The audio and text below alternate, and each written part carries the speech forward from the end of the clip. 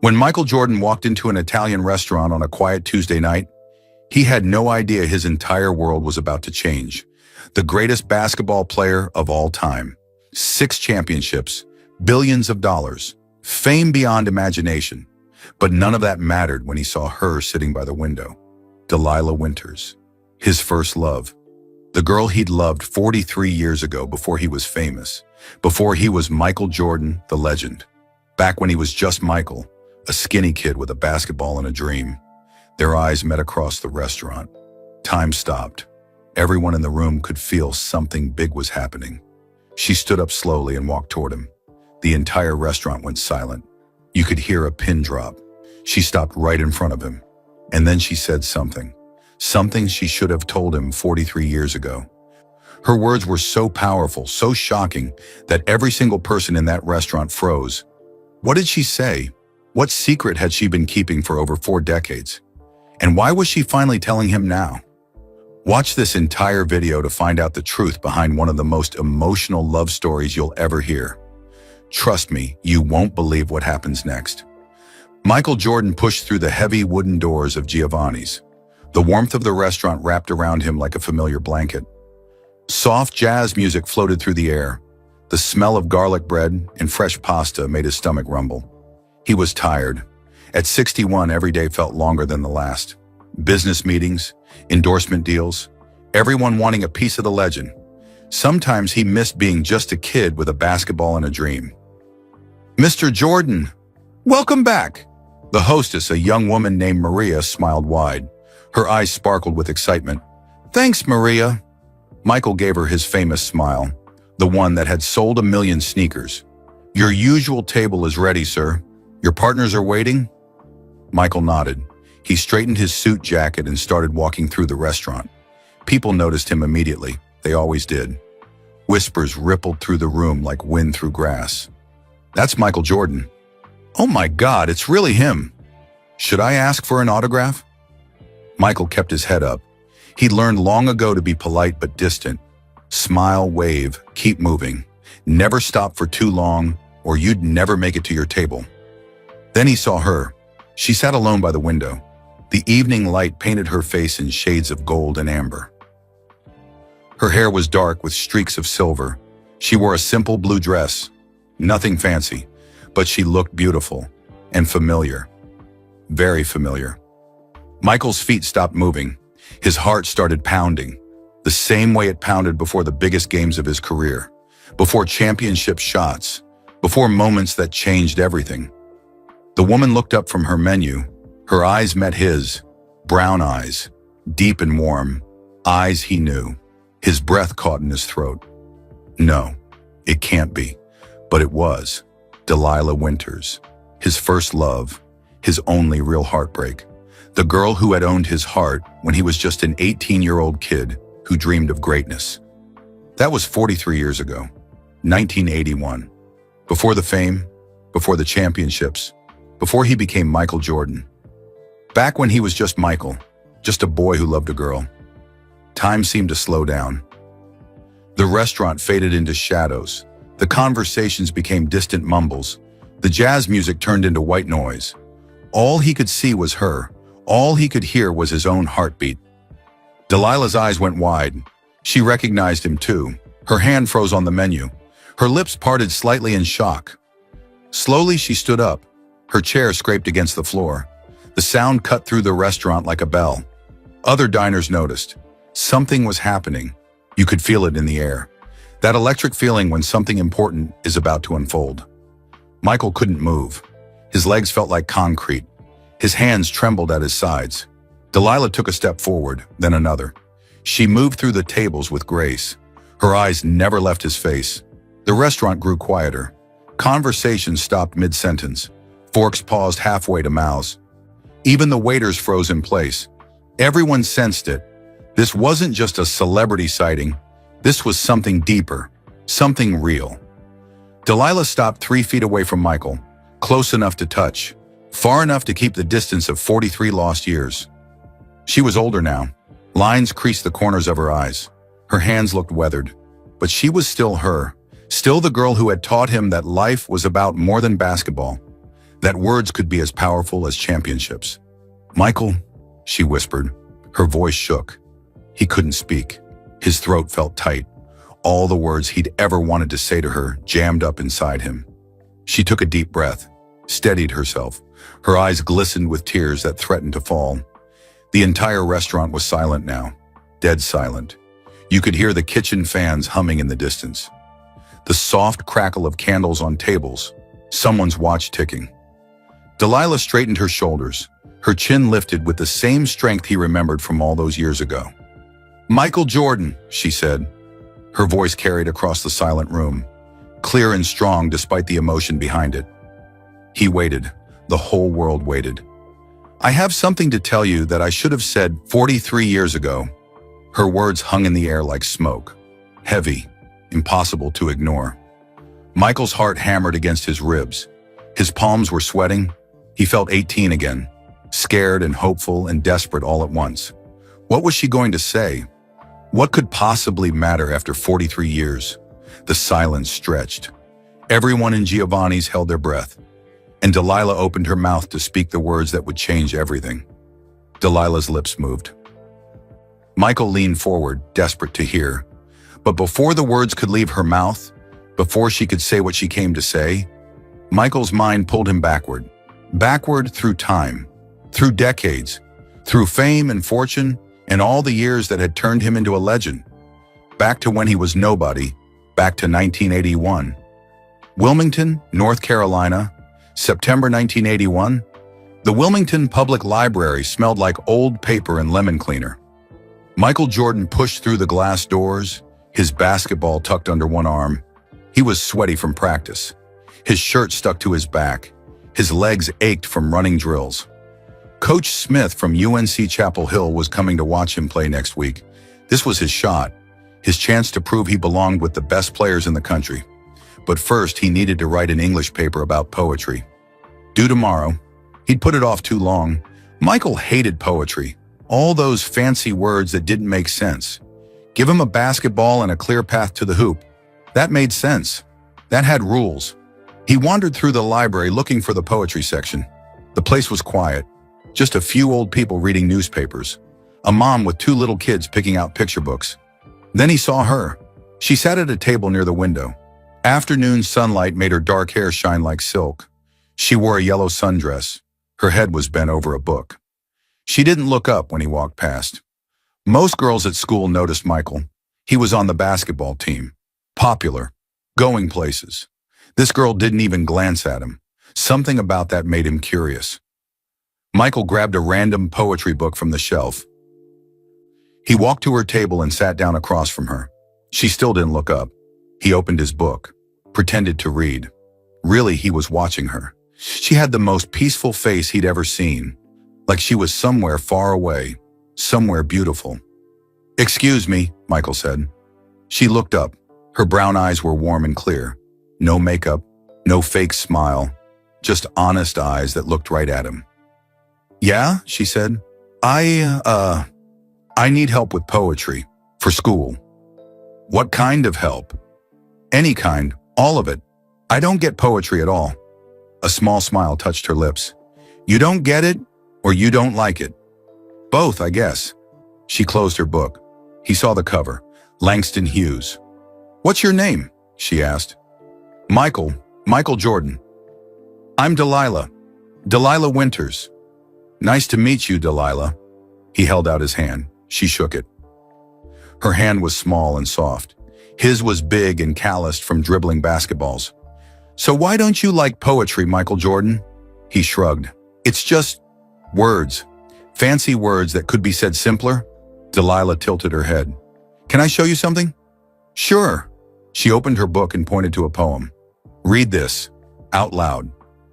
Michael read slowly. The poem was about dreams, about holding on to them, about what happens when dreams die. When he finished, Delilah asked, "What did you feel?" "I don't know, sad, I guess." "Why?" Because the guy lost his dream, and dreams matter." "Exactly." Delilah's eyes lit up. "You just understood poetry. It made you feel something. That's all poetry is supposed to do." Michael looked at the words again. They didn't seem so fancy anymore. They seemed real. "You have dreams?" Delilah asked. "Yeah, big ones." "Like what?" "I want to play basketball in the NBA. I want to be the best player in the world." Most people laughed when he said that, told him to be realistic, have a backup plan. Delilah just nodded. "I believe you." Just like that. "I can see it in your eyes. You've got that look, like you'd do anything to make it happen." Something warm spread through Michael's chest. "What about you? You got dreams?" "I want to be a writer, a poet actually." "That's cool." "My dad thinks it's stupid. He wants me to be a teacher or a nurse. Something practical. But you're going to do it anyway, right?" Delilah smiled. A real smile this time. "I guess we're both dreamers." They talked for 2 hours. Michael forgot about his paper, forgot about basketball practice, forgot about everything except the girl with warm eyes who saw him as just Michael. Not Michael the basketball player. Not Michael who might be somebody someday. Just Michael. When the library closed, they walked outside together. The sun was setting. The sky was painted orange and pink. "Can I see you again?" Michael asked. His heart pounded harder than before any game. "I'm here every Thursday after school," Delilah said. "Studying, reading, dreaming." "Then I'll be here every Thursday too." "To study poetry?"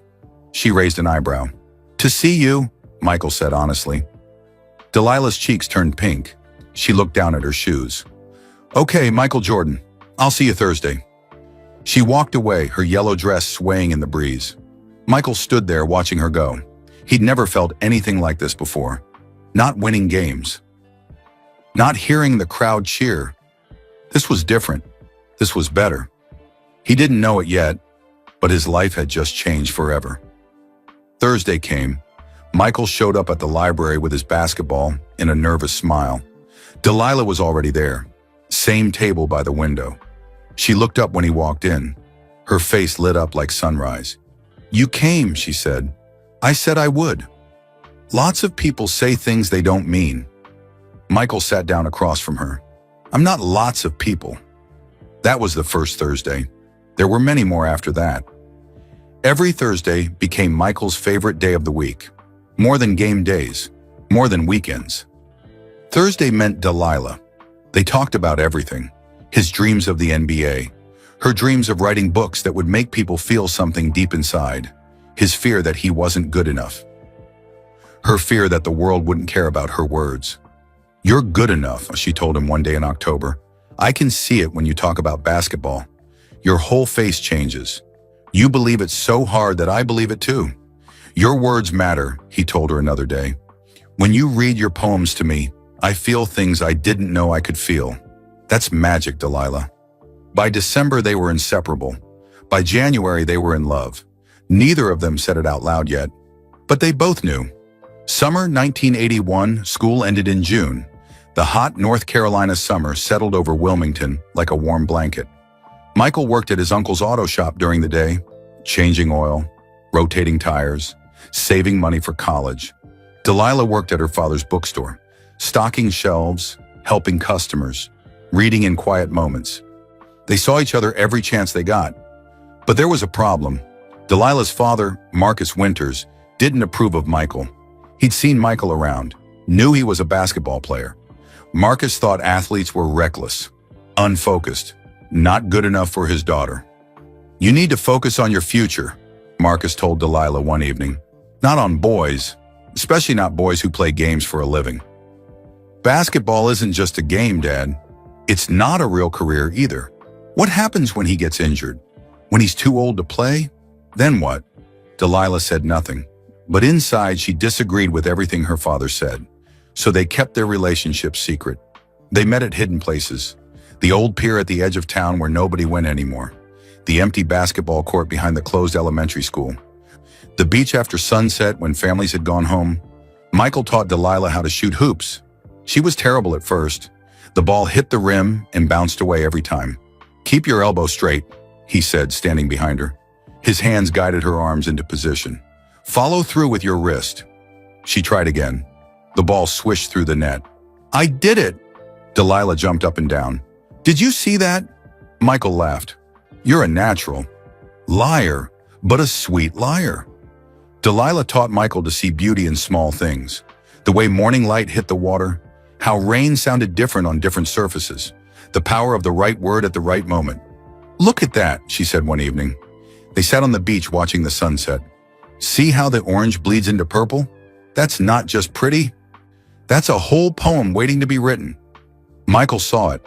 For the first time in his life, he understood what she meant. She wrote him notes on scraps of paper, little poems about his smile, his laugh, the way he made her feel safe. He wrote her clumsy letters back. His handwriting was messy. His words weren't fancy, but they were real. "Delilah, you make me want to be better, not just at basketball, at everything. You're the best part of my day, every day." Michael. One night in July, they snuck down to their secret spot on the beach. The moon was full, stars scattered across the sky like diamonds on black velvet. They sat close together on an old blanket. The ocean whispered against the shore. "I got my scholarship letter today," Michael said quietly. "Full ride to UNC Chapel Hill."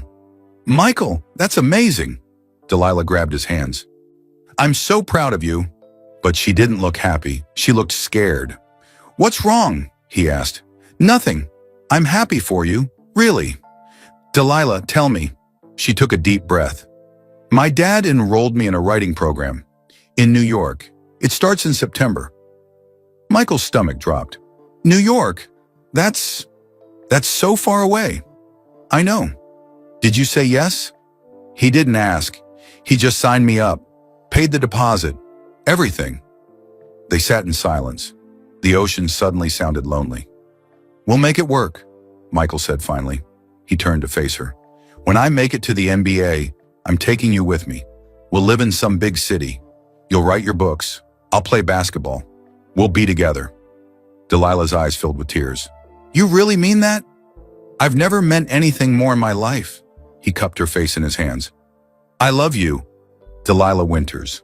I'll love you forever." "I love you too, Michael Jordan. So much it scares me." "Don't be scared." "How can I not be? Everything's changing. Then we'll change together." He leaned in slowly, gave her time to pull away. She didn't. Their first kiss was soft and sweet. It tasted like salt air in summer and promises.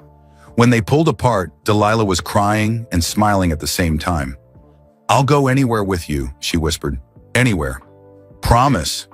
Promise." They lay back on the blanket, held hands, watched the stars. Neither of them knew that promises were easy to make under summer stars. Keeping them was the hard part. Neither of them knew that in 6 weeks everything would fall apart. Neither of them knew that this perfect moment would be the last truly perfect moment they'd ever share. The summer was ending. And with it, everything they'd built together. August arrived like an unwelcome guest. Michael counted the days until he left for Chapel Hill. 18 days, then 15, then 10. Each day felt like sand slipping through his fingers. Delilah stopped smiling as much. When they met at their secret spots, she was quiet, distant, like part of her had already left. "Talk to me," Michael said one evening. They sat on the pier, legs dangling over the water. "I'm scared," she admitted. "What if we can't make this work?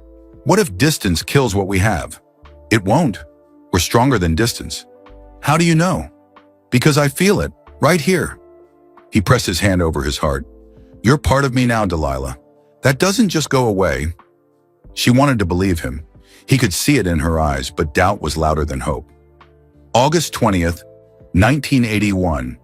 Everything fell apart on a Thursday. It should have been their day, their special day. But Marcus Winters had followed his daughter. He'd suspected for months that Delilah was sneaking around, lying about where she was going, coming home with that dreamy look in her eyes.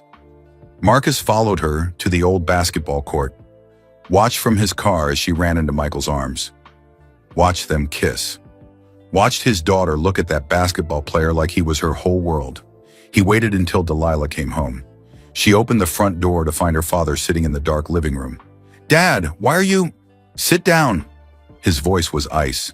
Delilah's blood went cold. She sat. "How long?" Marcus asked. "How long what?" "Don't lie to me. How long have you been seeing that Jordan boy?" Delilah's heart hammered. "Since September. Almost a year." You've been lying to me for almost a year. I didn't lie. I just didn't tell you. That's the same thing. Marcus stood up. His face was red with anger. I forbid you from seeing him again. Dad, you don't understand. I understand perfectly. He's a basketball player. Do you know how many basketball players actually make it to the NBA? 1 in a million. And you're throwing away your future for a boy who chases a ball around a court. Michael is more than that. He's a distraction. You have talent, Delilah. Real talent. But you'll waste it if you tie yourself to someone with no real future. Tears streamed down Delilah's face. You're wrong about him. Am I? What happens when he doesn't make it? When he's working some dead-end job and you've given up your dreams to support his fantasy? Michael will make it. I know he will. You're blinded by puppy love. I won't let you ruin your life. Marcus's voice dropped low and serious. You will not see him again. If you do, I'll cut you off completely. No money for school, no place to live, nothing. Do you understand? Delilah stared at her father. You'd really do that? To save you from yourself? Yes. She ran to her room and cried until she couldn't breathe. August 22, 1981. Delilah found a way to send Michael a note. One last meeting. The beach. Their spot. Midnight. Michael showed up early. His stomach churned with worry. Something was wrong. He could feel it. Delilah arrived at midnight exactly. Even in the moonlight, he could see she'd been crying. What happened? He reached for her. She stepped back. My father knows. About us. Okay, so we tell him the truth. We tell him we love each other. We make him understand. He won't understand. He says if I keep seeing you, he'll disown me. Michael felt like he'd been punched. He's bluffing. He's not. You don't know him like I do. When he makes up his mind, that's it. So what are you saying? Delilah wrapped her arms around herself. I don't have any money, Michael. Without my father's support, I can't go to school. I can't live anywhere. I have nothing. You have me. That's not enough. The words hit him like bullets. What? His voice cracked. I didn't mean it like that. I can't survive on love alone. I need a place to live, a way to pay for things. I'm not strong enough to choose me. Michael's voice went flat. That's what you're saying. You're not strong enough to choose me. Please don't do this. I'm leaving in 2 days, Delilah. 2 days, come with me. We'll figure it out together. How? How will we figure it out? You'll be at practice all day. I'll be alone in some tiny apartment with no money, no school, no future. And what if you get hurt? What if basketball doesn't work out? You sound just like your father. Delilah flinched. That's not fair. None of this is fair. Michael's voice rose. He was hurt and angry and scared all at once. I'm offering you everything I have. My heart, my future, all of it. And you're telling me it's not enough. I'm telling you I'm scared. I'm scared too, but I'd still choose you. Every single time. Tears poured down Delilah's face. I want to. God, I want to so badly. Then do it. Choose me. I can't. Silence crashed between them like a wave. Michael's hands clenched into fists. Anger burned through the hurt. If you loved me enough, you'd choose me. That's what people do when they really love someone. They fight for them. Delilah's face crumpled.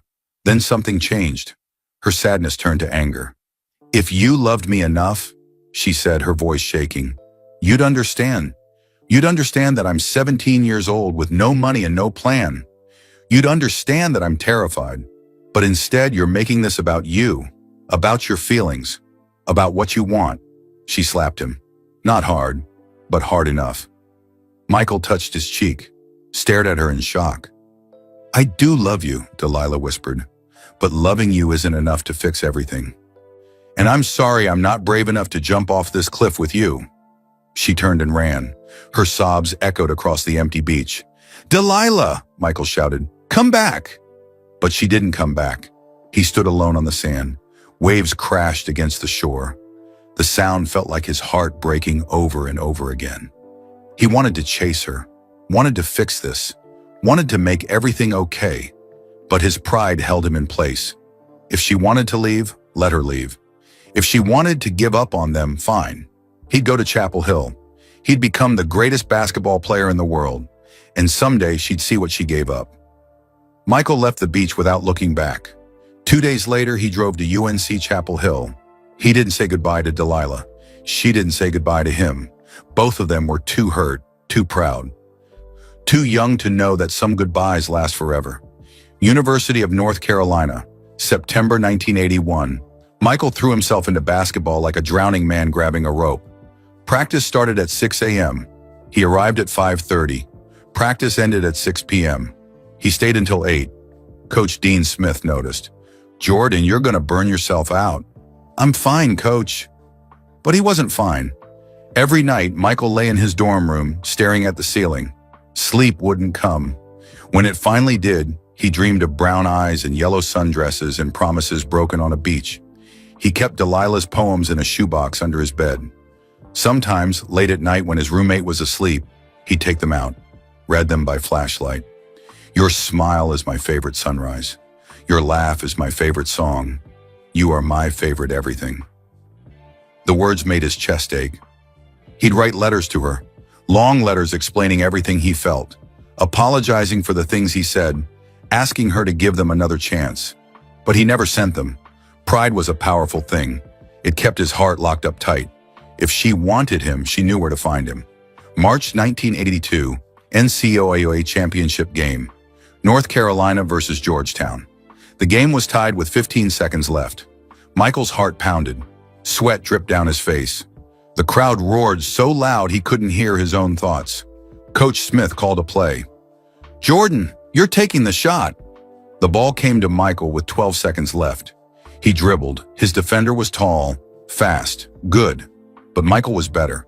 He saw the shot, felt it in his bones. This was his moment. He jumped. The ball left his fingers. It arced through the air in perfect rotation. Swish. The gym exploded. North Carolina won the championship. His teammates mobbed him. Cameras flashed. Reporters shouted questions. Michael smiled, raised his arms in victory. But inside, his first thought was, "I wish Delilah could see this."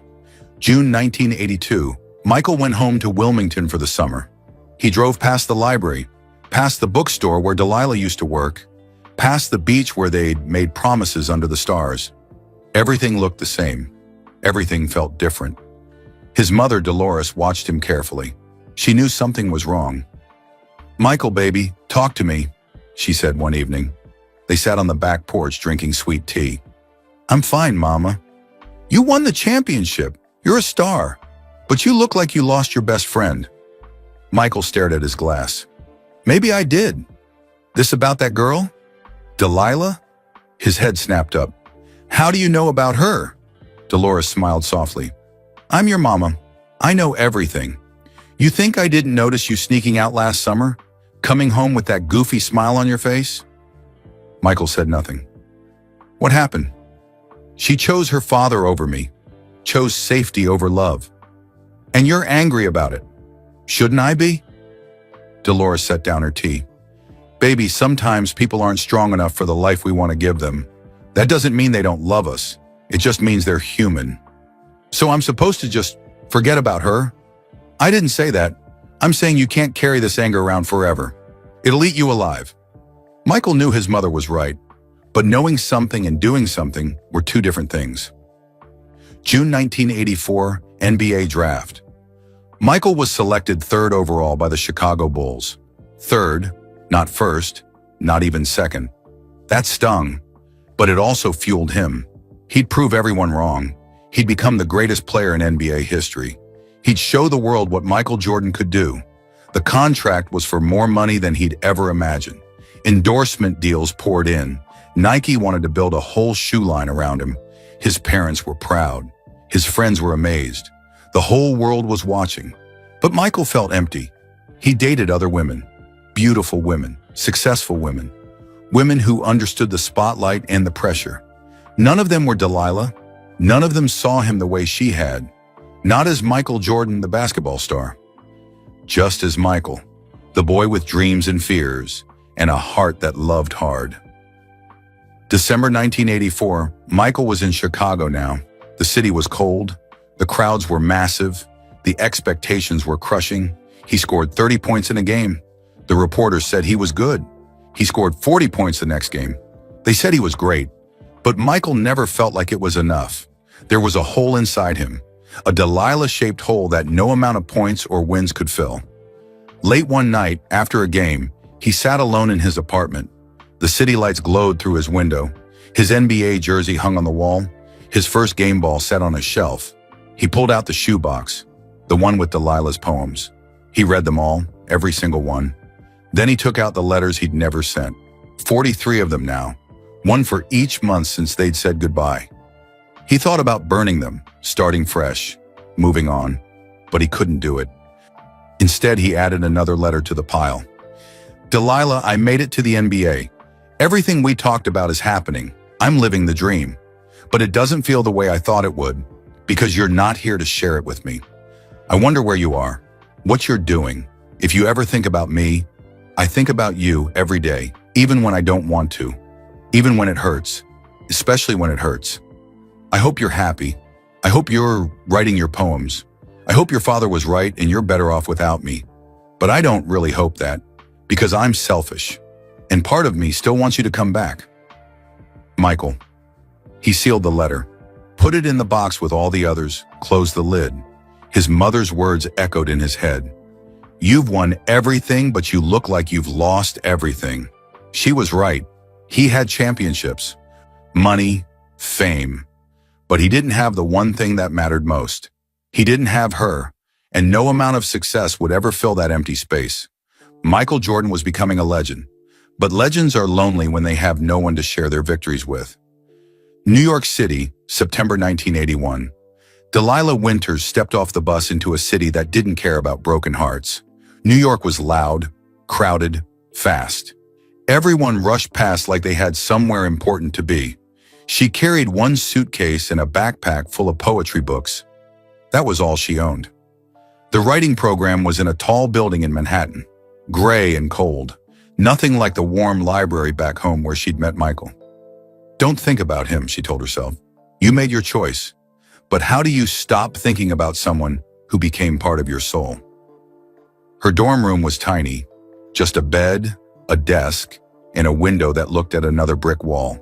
She unpacked her things. At the bottom of her suitcase, wrapped in tissue paper, was Michael's last note to her. You make me want to be better at everything. Michael. She'd brought it with her, even though looking at it felt like swallowing glass. That night, she cried herself to sleep. The city sirens sounded nothing like ocean waves. October 1981. The writing program was competitive. 20 students, all talented, all hungry to prove themselves. The professor, Dr. Helena Crane, was harsh. She tore apart Delilah's first poem in front of the whole class. This is sentimental garbage, Dr. Crane said, dropping the paper on Delilah's desk. Real poetry comes from truth, not fairy tales. Delilah's cheeks burned red. After class, she went back to her room and rewrote the poem, made it harder, colder, removed all the warmth. Dr. Crane approved the next version, but Delilah hated it. It didn't sound like her anymore. March 1982. Delilah was studying in the common room when someone turned on the TV.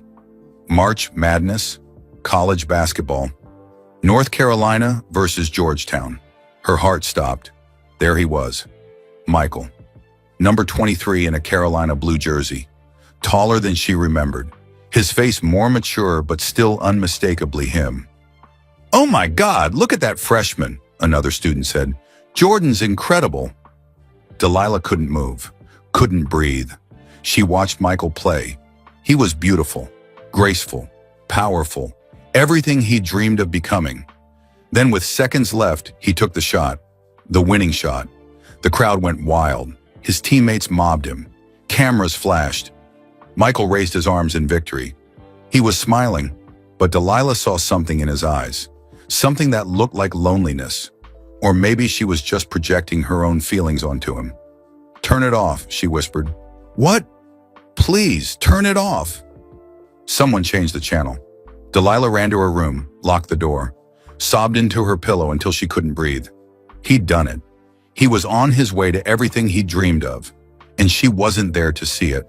She'd made the safe choice, the practical choice. So why did it feel like the worst mistake of her life?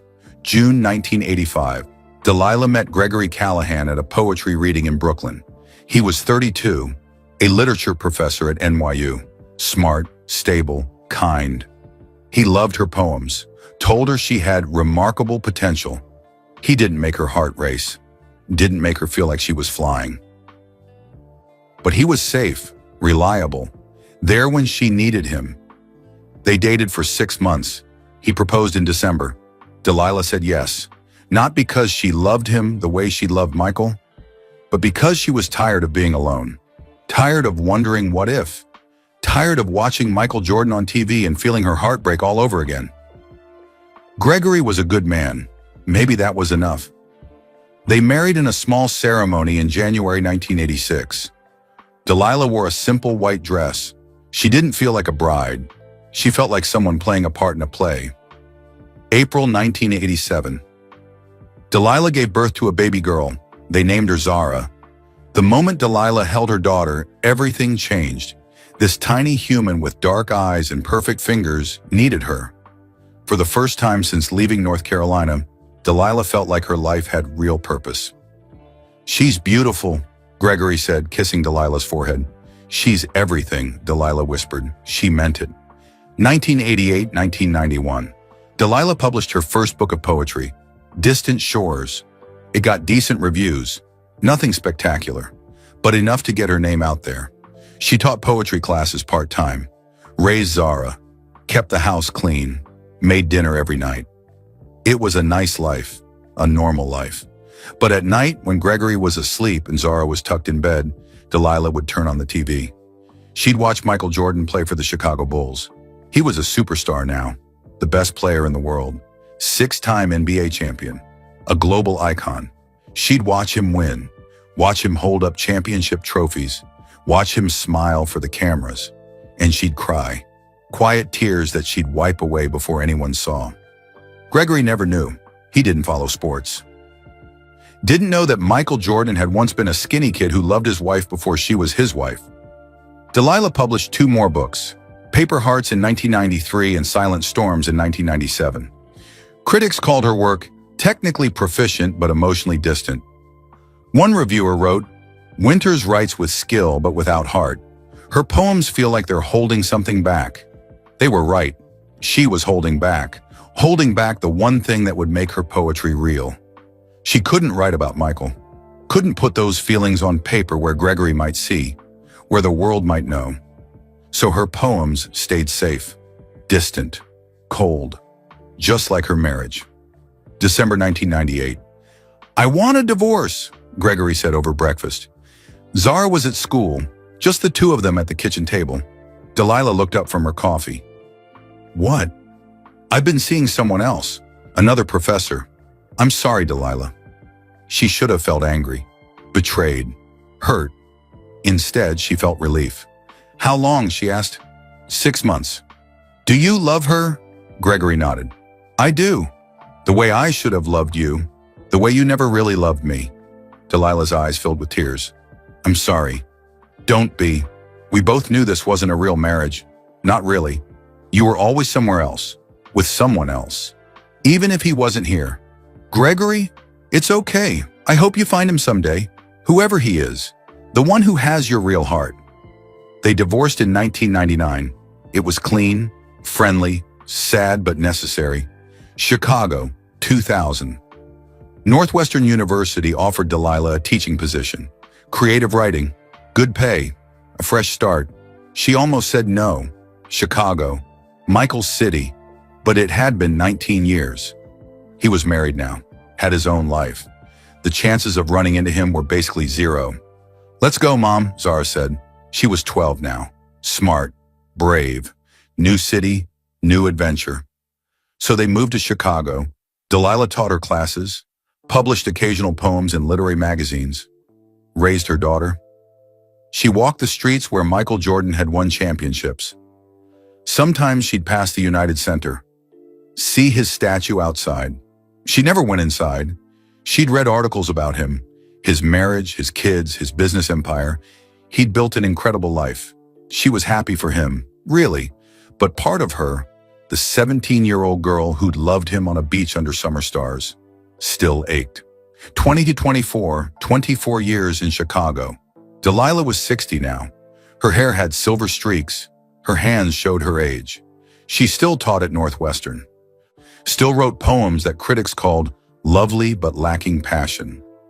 Zara was 37, a lawyer, smart, successful, everything Delilah had hoped she'd be. They had dinner once a week, talked about books and work and life. Delilah never mentioned Michael Jordan, never told Zara about the boy who'd owned her heart. That secret stayed locked away, hidden, safe, or so she thought. Until one day in November when Zara found the box with 43 years worth of poems, letters, pictures, all about a boy named Michael who'd grown up to be a legend. And everything Delilah had kept hidden for 4 decades came crashing into the light. November 2024. Delilah was at the university teaching a late class. Zara had come over to borrow a cookbook. She looked in her mother's bedroom closet, top shelf, behind the winter blankets. That's where she found it. A wooden box, old, worn, locked with a small brass latch. Zara knew she shouldn't open it. This was her mother's private business. But something told her this box held answers. Answers to questions she'd wondered about her whole life. Why did her mother always seem sad? Why did she flinch whenever someone mentioned love? Why did her poetry feel so empty? Zara opened the box. Inside were papers, dozens of them, hundreds. Poems in her mother's handwriting. All addressed to someone called M. Letters, never sent. All signed Michael at the bottom, and photographs. Old, faded, from the 1980s.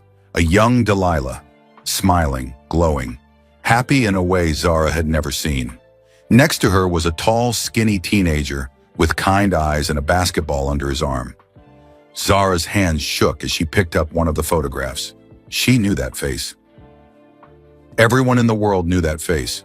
"Oh my God," she whispered. "Michael Jordan." Zara sat on the floor of her mother's closet for 2 hours, reading everything. The poems were beautiful, full of passion and longing and real feeling. Nothing like the cold, distant poems her mother published. "Your hands hold my heart. Your smile is my sunrise. I am yours. Forever." D. 1981. The letters from Michael were clumsy but honest. "Delilah, I won another game today, scored 28 points, but all I could think about was you. Where are you? Are you happy? Do you ever think about the beach? About us? I miss you so much it hurts. Michael, 1983. Every year, 1 letter per year, for 43 years. The most recent one was dated just last month. Delilah, I'm 61 now, retired, rich beyond measure, famous beyond belief. But I'd trade it all for one more Thursday at the library with you. I wonder if you're still writing. I hope you found happiness, even if it wasn't with me. Michael, October 2024. Zara's vision blurred with tears. Her mother had loved Michael Jordan, really loved him, and he'd loved her back. For 43 years, they'd both been writing to each other, never sending the words, never reaching out. 2 people carrying the same heartbreak for 4 decades. Delilah came home at 8 p.m. She found Zara sitting at the kitchen table, the wooden box in front of her, papers spread everywhere. Delilah's face went white. "Zara, why didn't you tell me?" Zara's voice was soft, not angry, just sad. "It was a long time ago. Mom, this was last month." Zara held up the most recent poem. "You're still writing to him." Delilah sat down slowly. She looked older suddenly, tired.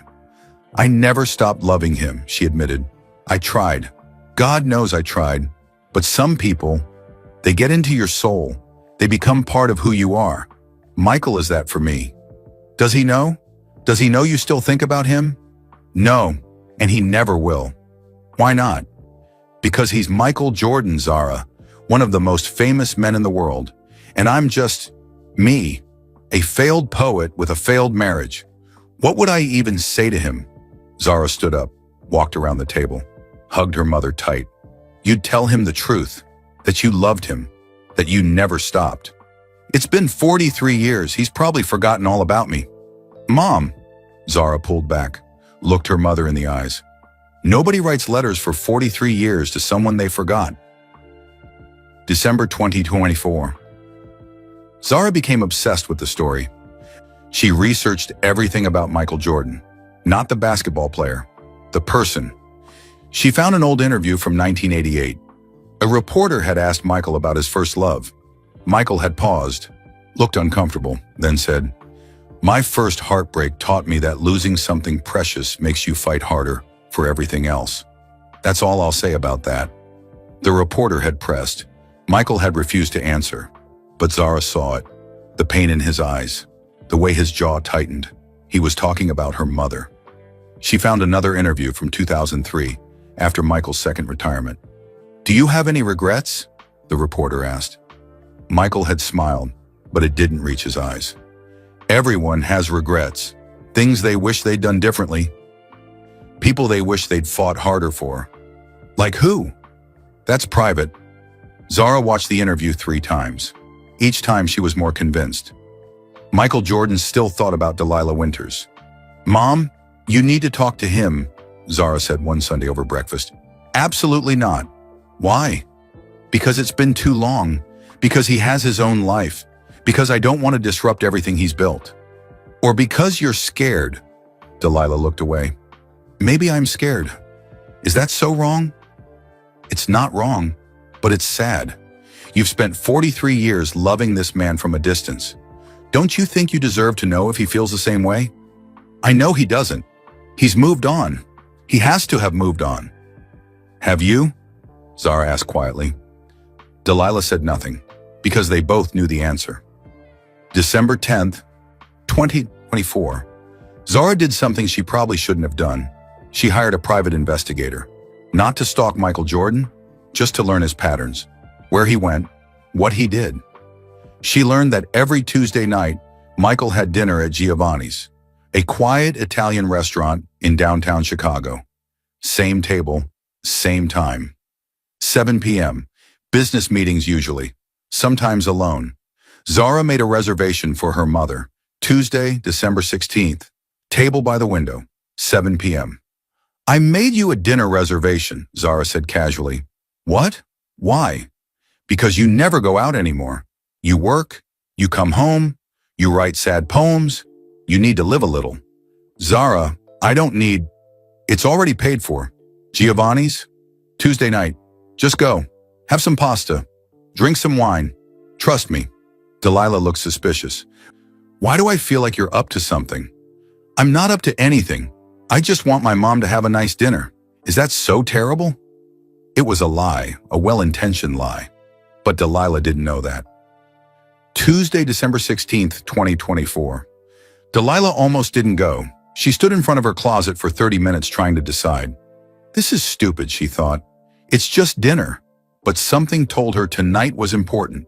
She wore a simple blue dress, did her makeup, let her silver-streaked hair fall naturally around her shoulders. She looked in the mirror, saw a 60-year-old woman, not the 17-year-old girl who'd loved a boy on a beach. Would Michael even recognize her if he saw her? Probably not. She was nobody to him now, a distant memory, a footnote in his incredible life. But she'd go to dinner anyway, for Zara. To prove she could still do normal things. She had no idea that in 2 hours her entire world would change. She had no idea that the boy she'd loved 43 years ago would walk through those restaurant doors. She had no idea that all her secrets were about to come crashing down.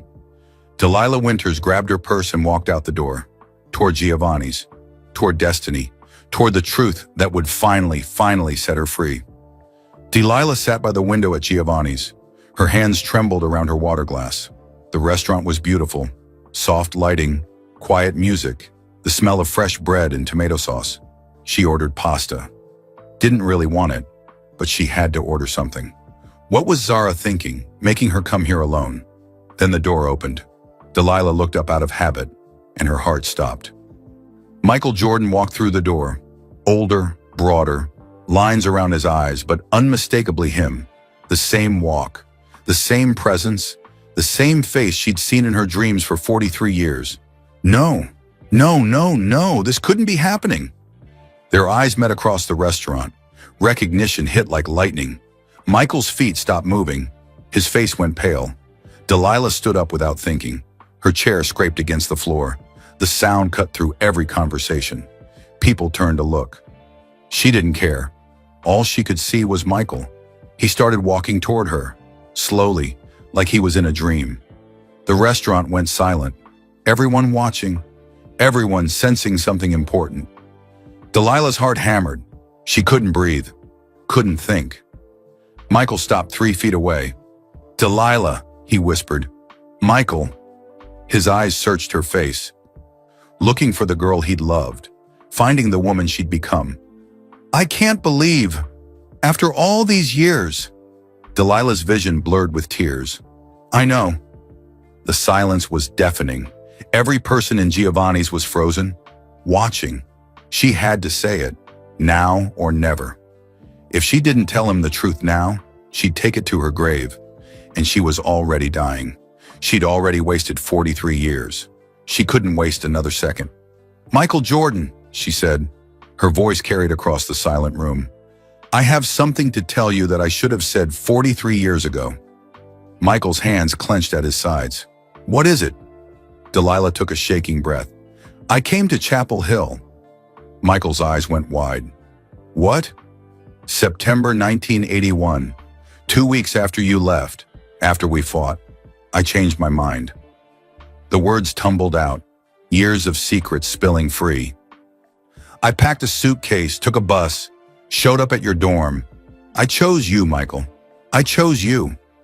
Michael's face crumbled. "I never saw you. I know."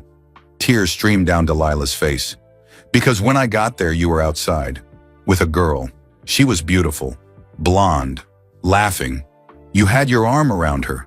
You looked so happy, so free." No, Delilah. You were smiling, really smiling. And I thought you'd already moved on, that I'd waited too long, that you didn't need me anymore." Michael's voice broke. "Who was she? What did she look like?" "Tall, blonde hair, pretty. That was Sarah, my study partner. She was helping me with English class. It meant nothing. She had a boyfriend. We were just friends." "I didn't know that. How could I know that?" The restaurant was silent as death. Not a fork moved. Not a glass clinked. "So what did you do?" Michael asked. His voice was barely a whisper. "I left. I went back to the bus station, went to New York. I never told you I came. I never told anyone." A woman at a nearby table was crying. A man held his wife's hand tight. Michael stepped closer. His hands reached for her, but stopped midair. "Delilah." "Oh God, Delilah. If I had known you were there, if I had seen you, would it have changed anything?" "Everything." His voice was fierce, broken. "It would have changed everything. My whole life would have been different." "Mine too. Why didn't you come back? Why didn't you try again?" "Because I was 17 and scared and stupid. Because I thought you were better off without me. Because every time I saw you on TV after that, you looked so successful, so happy. I convinced myself I'd made the right choice." Michael's hands finally touched her face, cupped her cheeks.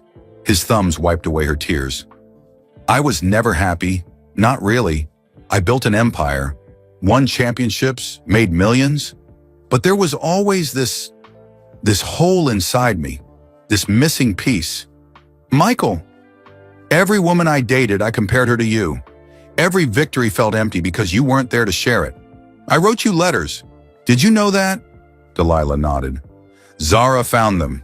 She found everything. The box with all our letters, all my poems. You kept them? Every single one, just like you did." Michael laughed, a broken, beautiful sound. "We're idiots, both of us. 43 years of loving each other from a distance when we could have." "Michael, wait. There's more." His hands dropped. "More?" Delilah's voice shook. "I need to tell you why I'm telling you this now. Why, after 43 years, I'm finally being honest. The restaurant held its breath. "I'm dying, Michael." The words landed like bombs. Michael staggered back a step. "What?" "Stage 4 pancreatic cancer. 6 months. Maybe less." "No." Michael's voice was raw. "No, not now. Not when I just found you again. I'm sorry. I'm so sorry. Don't apologize. Don't you dare apologize." Delilah reached into her purse, pulled out a stack of faded envelopes, tied with a ribbon. "I wrote you a letter every year, on the anniversary of the day we met. Every year for 43 years. I never sent them." She placed them in his hands. "I want you to know that not a single day went by that I didn't love you. Not one day, Michael. You were every poem I never published, every word I couldn't say, every dream I was too scared to chase." Michael pulled her into his arms, held her like she might disappear. He was crying. This legendary man, this icon, crying in a crowded restaurant. "I loved you too," he whispered into her hair. "I never stopped. Not for 1 second." The entire restaurant erupted in tears. Strangers wept. Couples held each other. Even the waiters had tears in their eyes. This wasn't just Michael Jordan and some woman. This was love. Real love. The kind that survives decades. The kind that breaks your heart and heals it at the same time. Michael held Delilah for a long time. Neither of them cared that the whole restaurant was watching. Finally, he pulled back, looked into her eyes. 6 months? Maybe less.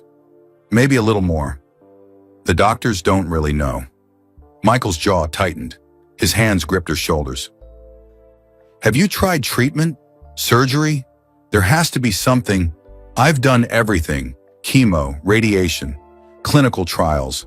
It's spread too far, Michael. My liver, my lungs. It's over." "Don't say that." "It's the truth." Michael shook his head, angry at the universe, at fate, at whatever cruel force had finally brought them together only to tear them apart again. "This isn't fair. None of this is fair. I know.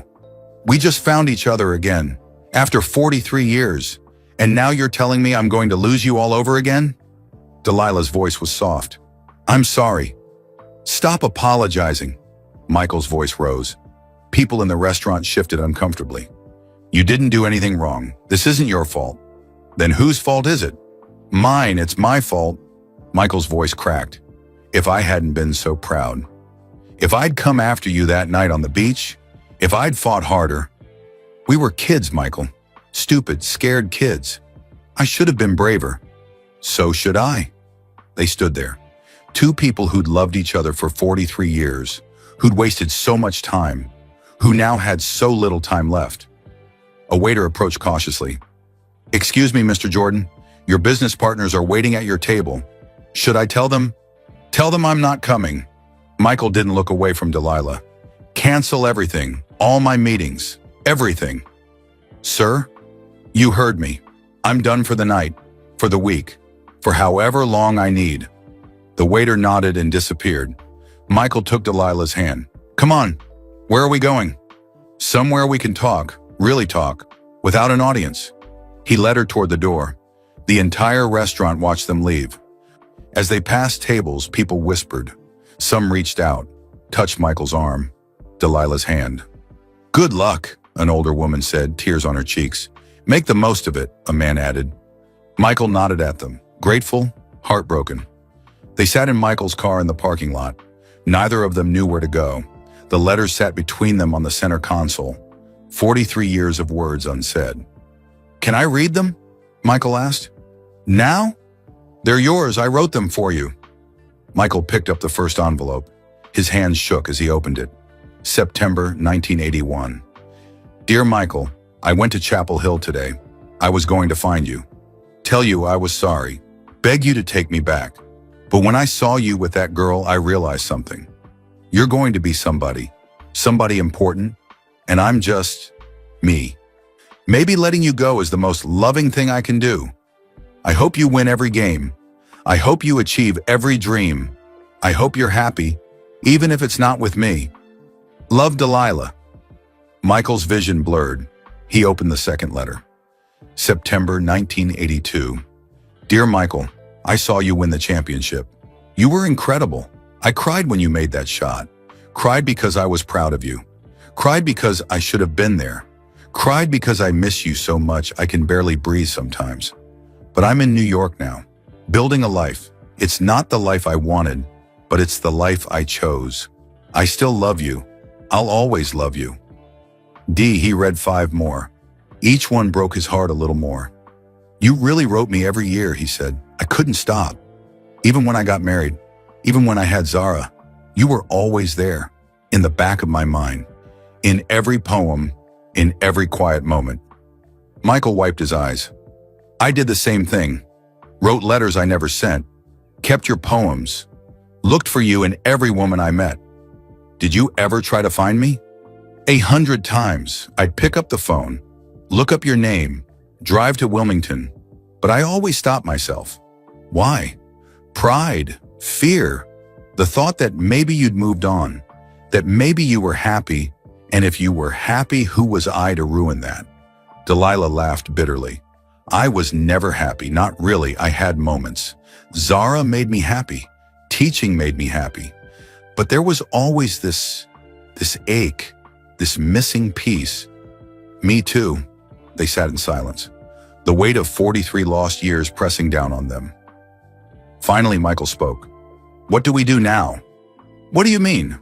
We have 6 months, maybe less, maybe more. What do we do with that time? Delilah looked at him, really looked at him. Michael, you have a life, businesses, obligations. You can't just watch me. His voice was steel. I didn't fight for you 43 years ago, but I'm fighting for you now. Whatever time we have left, I want to spend it with you. Michael, unless you don't want that, unless I'm too late, unless... Delilah kissed him. It wasn't like their first kiss on the beach. That had been young and innocent and full of hope. This kiss was different. It tasted like tears and regret and second chances. It tasted like all the years they'd lost and all the time they had left. When they pulled apart, both were crying. I want that, Delilah whispered. I want every second with you. Then that's what you'll have. But your life. My life has been empty without you. Championships, money, fame, none of it mattered because you weren't there to share it with me. I'm here now. You're here now, he repeated, like a prayer, like a promise. Michael started the car. Where do you live? Not far. Evanston. Take me there. I want to meet Zara. I want to see where you've been living. I want to know everything about the last 43 years. It's a lot. We have time. Michael squeezed her hand. Not as much time as I want, but we have time. They drove through the Chicago streets, past the lights and the crowds and the noise. 2 people who'd loved each other for 43 years. Finally together. Finally honest. Finally free. Delilah's apartment was small but cozy, books everywhere, papers on the desk, photos of Zara on the walls. Michael looked around. This was where Delilah had lived, where she'd thought about him, where she'd written those letters. Zara should be home soon, Delilah said. She'll be shocked to see you. Does she know about me? About us? She does now. She found the box with all our letters. That's why I was at Giovanni's tonight. She set me up. Michael smiled. Smart girl. She gets that from her father. She gets it from you. The door opened. Zara walked in carrying groceries. She looked up, saw Michael Jordan standing in her living room, and dropped the bags. Oranges rolled across the floor. Mom? Zara's voice was tiny. Is that? Yes, Delilah said softly. Zara's eyes filled with tears. She looked at her mother, then at Michael, then back at her mother. You told him? I told him everything. Zara walked forward, stood in front of Michael. This man was a legend, a billionaire, an icon, but right now, he was just the boy who'd loved her mother. Thank you, Zara said. Michael looked confused. For what? For loving her, for all those years, for being here now. Michael pulled Zara into a hug. Thank you for finding those letters, for making her go to that restaurant. You gave us this chance. They all cried together. 3 people connected by love and loss and time. The next 6 months. Michael canceled everything. Business meetings, endorsement deals, public appearances, everything. His agent called. Michael, you can't just disappear. Watch me. But the contracts pay whatever penalties we need to pay. I don't care. This is more important. He spent every day with Delilah. They talked for hours, making up for 43 years of silence. She told him about New York, about Gregory, about raising Zara alone, about the poems she'd written that never felt true because they weren't about him. He told her about the championships, about the pressure, about the women he'd dated who weren't her, about the nights he'd pulled out her old poems and cried. I kept them all, he said. Every single poem you gave me in 1981. They're in a box in my house. I've read them 1,000 times. Really? They were all I had left of you. February 2025, North Carolina. Michael took Delilah back to Wilmington. They visited the library where they'd met. It looked different now. New computers, different carpet, but the table by the window was still there. This is where I fell in love with you, Michael said. You were reading Langston Hughes. You looked so peaceful, so beautiful. I remember. You were sweaty from basketball practice. You said you hated poetry. You changed my mind about a lot of things. They visited the old bookstore. It was a coffee shop now. Marcus Winters had died 10 years ago. Heart attack. I never got to make peace with him, Delilah said sadly. He died still thinking he'd been right about you. Maybe he was right. Maybe I wasn't good enough for you. Don't say that. You were always good enough, Michael. Always. They went to the beach. Their beach. The pier was gone, torn down years ago. But the sand was the same. The ocean was the same. They sat on a blanket watching the sunset, just like they had in 1981. Do you remember what you said to me here? Michael asked. I said a lot of things. You said you'd go anywhere with me. Delilah's eyes filled with tears. I broke that promise. No, you didn't. You're here now. That's all that matters. He kissed her, soft and gentle. The ocean whispered against the shore. Two souls finding each other again after decades of searching. March 2025. Delilah's health started declining. She got tired easily, couldn't eat much, lost weight. But she kept writing. She wrote a final collection of poems, called it The Man Who Taught Me to Fly. Every poem was about Michael, about their love, about the years they'd lost, about the gift of finding each other again. She dedicated it to MJ. You are every poem I never sent. Her publisher read it and cried. Delilah, this is your best work. By far. What changed? I finally told the truth. The book was published in April. It became an instant bestseller. People realized the poems were about Michael Jordan. The media went crazy. Reporters camped outside Delilah's apartment, called Michael's phone, demanded interviews. Michael shielded her from all of it. They don't get this story, he told her. This is ours, not theirs. He moved her into his house, hired the best doctors, made sure she was comfortable. Zara visited every day. The three of them became a family. I wish we'd had more time, Delilah said one evening. She was weak now, spending most days in bed. We had 43 years, Michael said. We just didn't know we were spending them together. That's poetic. I learned from the best. June 2025, Delilah's last day was quiet. Michael sat beside her bed holding her hand. Zara sat on the other side.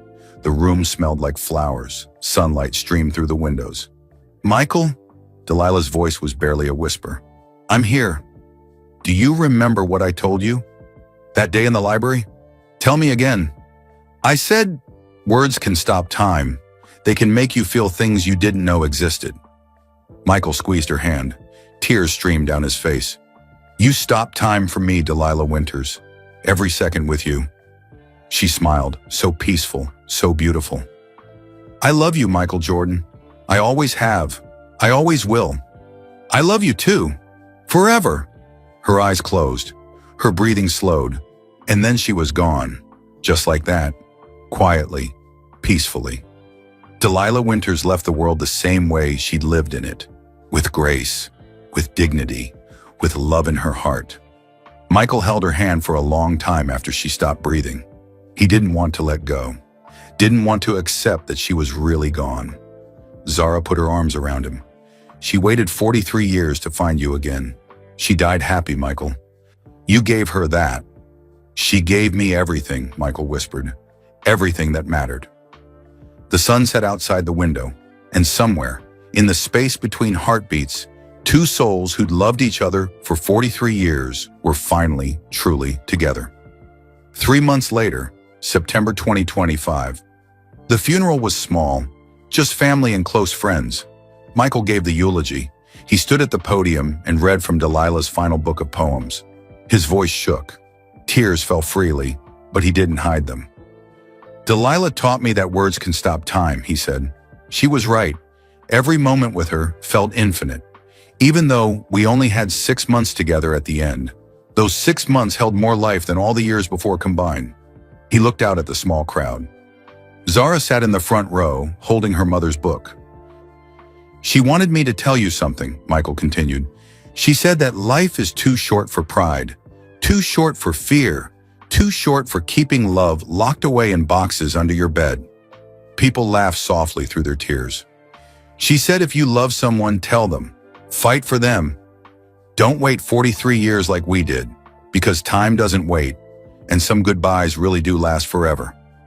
After the service, people came up to Michael, shared their own stories of lost love, missed chances, words left unsaid.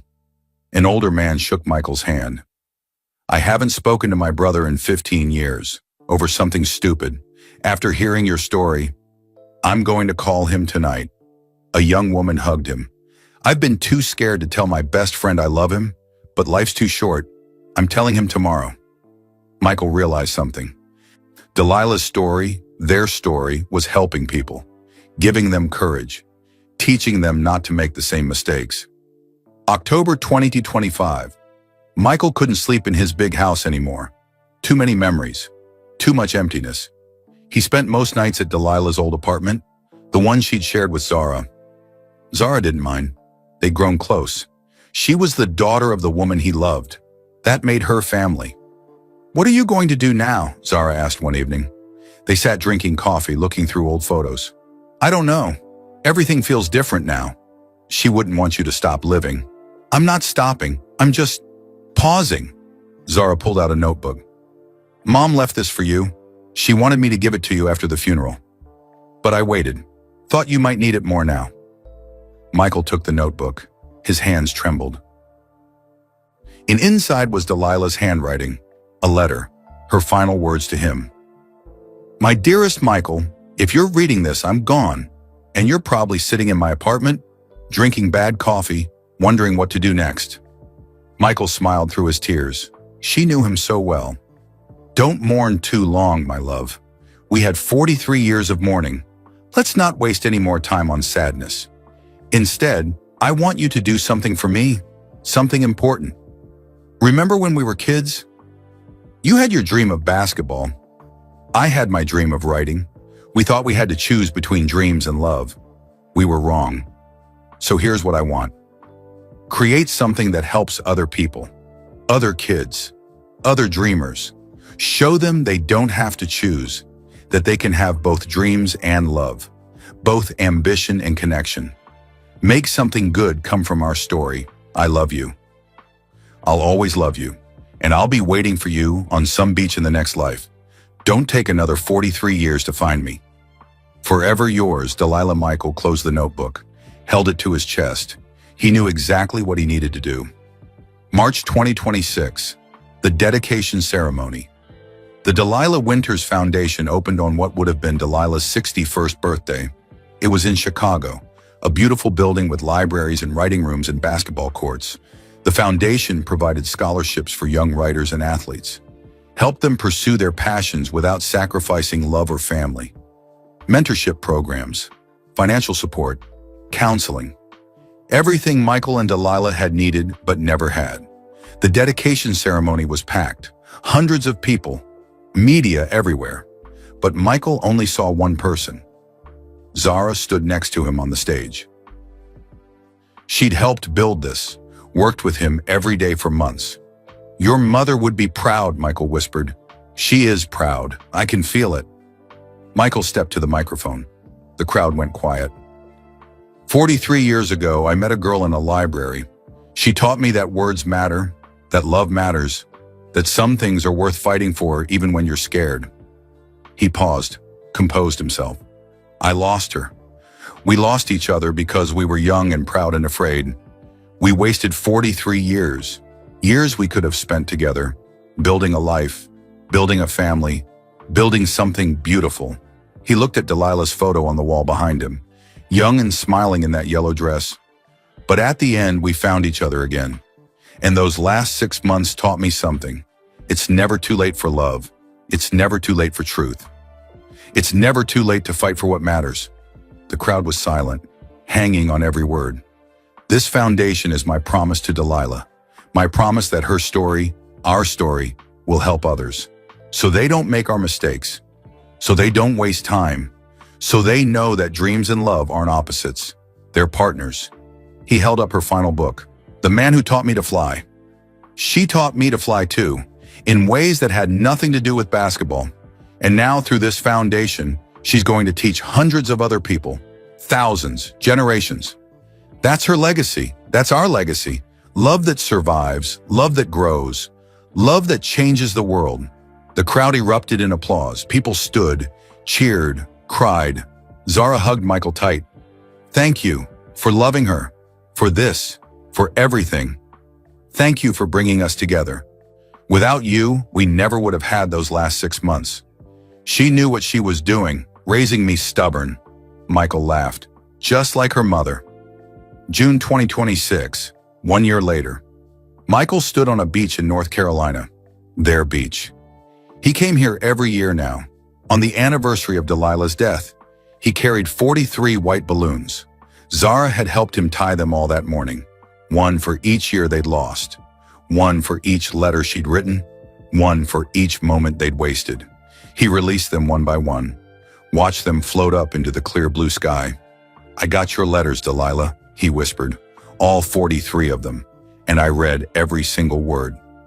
The balloons drifted higher, white dots against the blue. I love you too. I always did. I always will. The ocean whispered against the shore. The same sound it had made 45 years ago when they'd first kissed.